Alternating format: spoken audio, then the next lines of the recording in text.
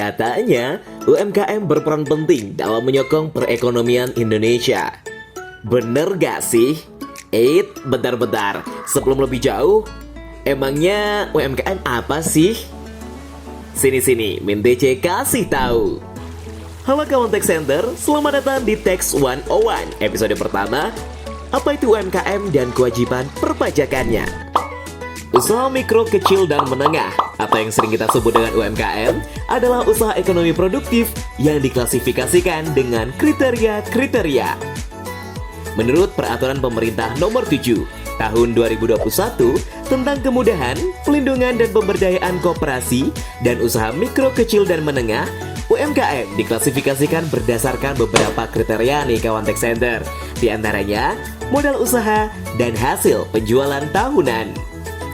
Selain itu, untuk kepentingan tertentu, kementerian atau lembaga dapat menggunakan omset, kekayaan bersih, nilai investasi, jumlah tenaga kerja, insentif dan disinsentif, kandungan lokal, dan atau penerapan teknologi ramah lingkungan sesuai dengan kriteria setiap sektor usaha.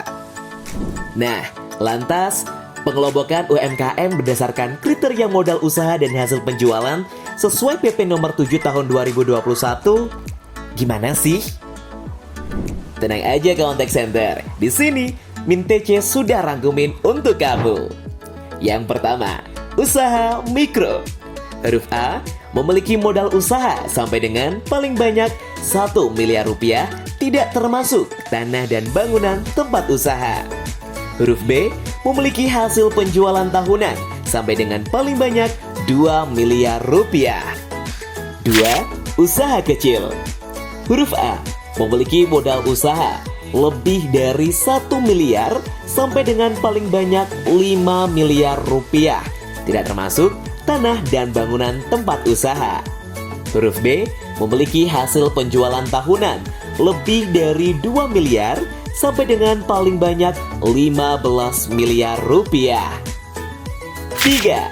Usaha menengah. Huruf A, memiliki modal usaha lebih dari 5 miliar sampai dengan paling banyak 10 miliar rupiah, tidak termasuk tanah dan bangunan tempat usaha.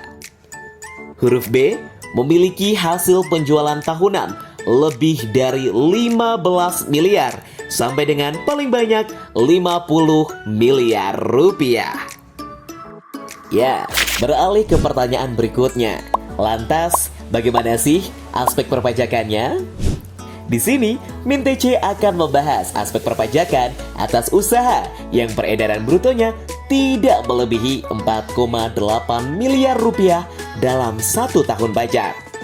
Terus, gimana ya jika usaha ini dilihat dari kacamata pajak penghasilan? Untuk mendukung perkembangan UMKM di Indonesia, pemerintah Indonesia memberikan ketentuan khusus untuk usaha dengan peredaran bruto tertentu, yaitu pajak penghasilan final dengan tarif 0,5%.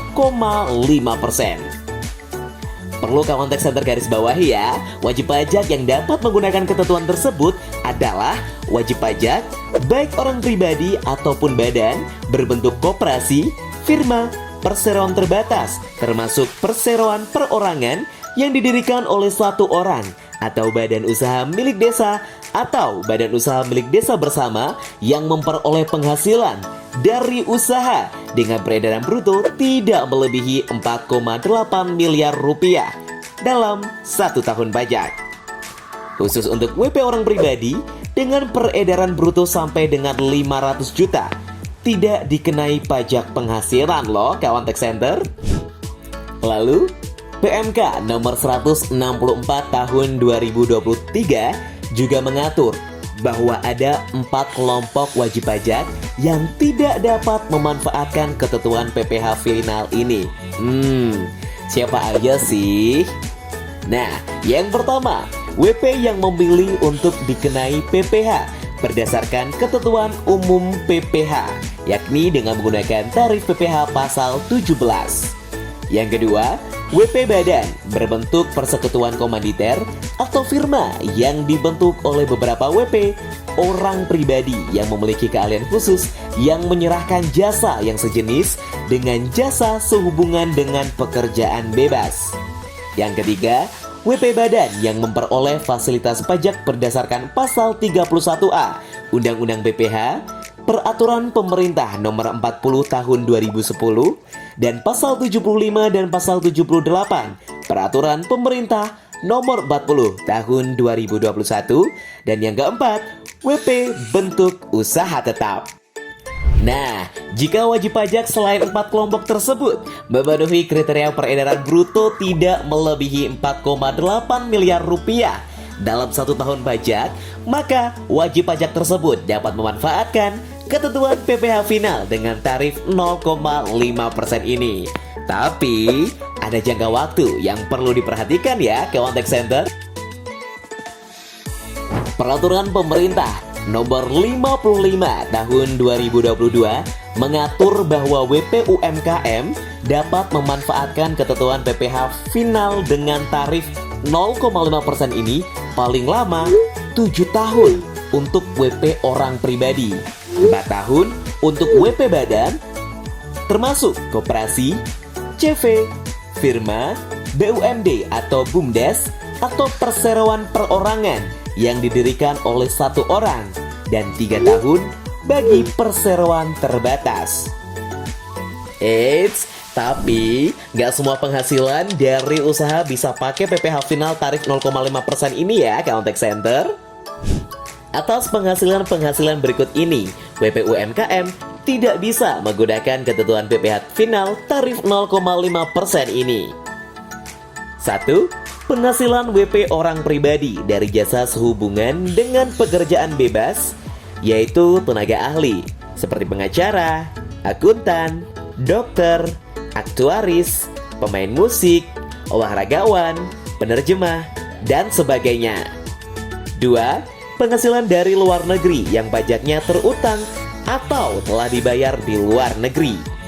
3. Penghasilan yang telah dikenai PPh yang bersifat final dengan ketentuan perpajakan tersendiri. Dan 4. Penghasilan yang dikecualikan dari objek pajak. Yeay, selamat! Anda telah mengerti tentang apa itu UMKM dan aspek perpajakannya.